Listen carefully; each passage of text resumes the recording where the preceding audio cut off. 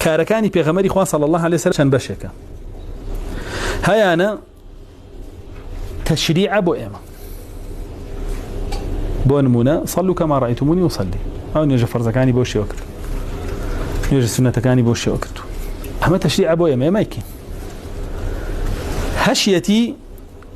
طبيعتي بشري خويتي بو نمونا سيرو بيازي نخواردو هر بحياتي حرامي شي نكردو والله فرميتي يركز خواردي نيبو مزقد لبربونك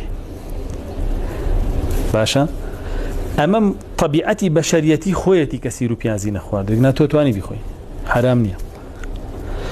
قوشتي ضبي نخواردو بزن مجا خالد إخوة أفرمي بيغمري خواه صلى الله عليه وسلم بونا إخوة حرام أفرمي لا حرام نية ليس بحرام وإنما لا أجده في أرض قومي بحرامي نازان بلان بخوان من وكيو زور نقراهم شام وعراق وانتان ديو قوشتا أخوان من هلا مكة ومدينة قوربو جياهم أوان نايخون نيج نايخون لزوي قومك منا وجور قوشتا ناخره نيج نايخون بلان ناج لم حرام أما تبعتي بشريتي خويتي سواز حاسية جور كاريه كاريكي هي كتشيا تشريع بويما كاريكي شي هي كطبيعتي بشريتي خويتي كاري سيمي لبيني ودوانا هم بيش طبيعتي بشريتي خوي به هم بيش تشريع به يعني تواني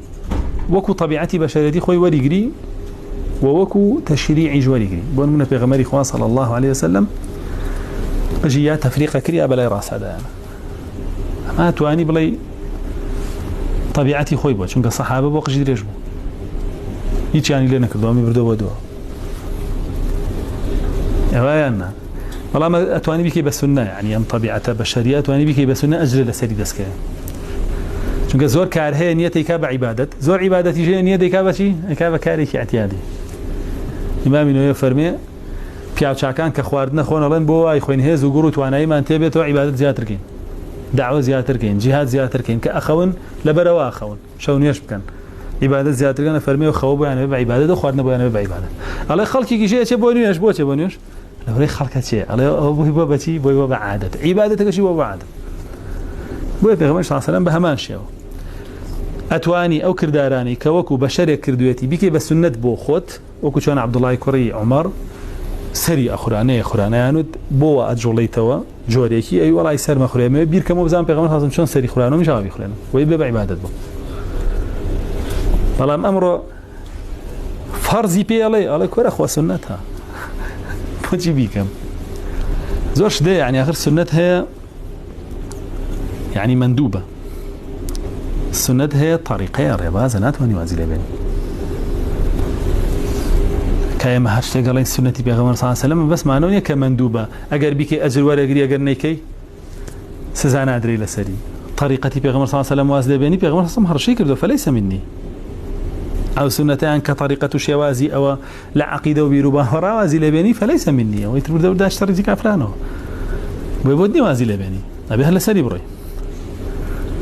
ثم جعلناك على شريعة من الأمر فاتبعها ولا تتبع أهواء الذين لا يعلمون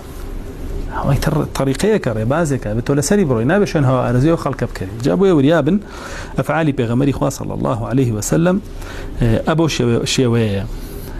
أو سيبا شيء هيا هنديكي بلغمان هيك تايبت مندي خويتي وكو باس مانكد هنديكي شي بلغمان هيك طبيعتي بشريتي خويتي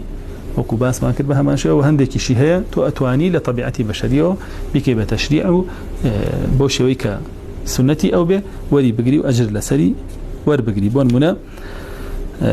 پیغمبر خدا صلی الله علیه وسلم بسواري وشتر شو بو حج آية اسامه وابه طلقتوش بسواري وشتر شو بو حج سنه ده ناوات بينا توين بسواري سياره بروي سواري تايره بروي هر همان سنة بيكا چونك اصل واي اصل چيات يا گويزانوي لجگايك و بجگايك اصل مركبه بتواني ركوب يشتك بكي نكشتك خوي چيه و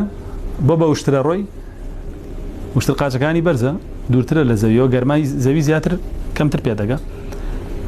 وبشتيشي برزه هوا زياتر ليت او خلاصا رشاوي او حاليك بگودريش بروج دان زنبو اگر وشت سوار لپیش و با هوا هر پیناک بۆ حساب شەوڕی تەپوتۆسیش زیاتر پێگەی یعنی تۆش ئەگەر بڕۆی بۆ حەج بە سیارەیە بڕۆی بە تارەیە بڕۆی باشتر بێ و خۆشتر بتگەی قەچێکە بۆ بڕۆ یەکێ لە زانایان لە سەرمەرگا بوو زانایەکی حەنەفی بوو یەکێ چوو بە لای معاوەدەی بکە ینی سەردانی بکە لە تەلەبەکانی ئاوا خەریک بووە فاتیە کرد ڕووی کردە تەلەبەکەی وتی باشە ڕەجمی شەیطان جەمەرات بە پێوە بیکە یا بە سواری باش تەلەبەکەی وتی بە سواری تینەوە تی بە پێوە تینەوە تی چۆن تێ شوێنی وەستان بوو بە پێوە بوو بە پێوە بیکە شوێنی سواری بە سواری بیکە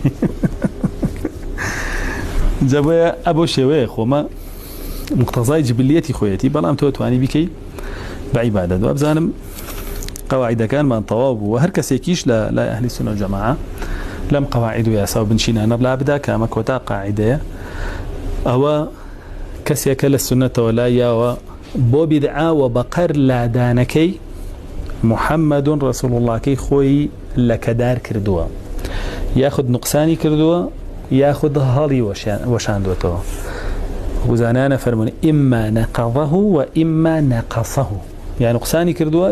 کەچی کردووە لێکم کردوێتەوە یاخود تەفروت و نای کردووە هیچی پێوە نەهێشتووە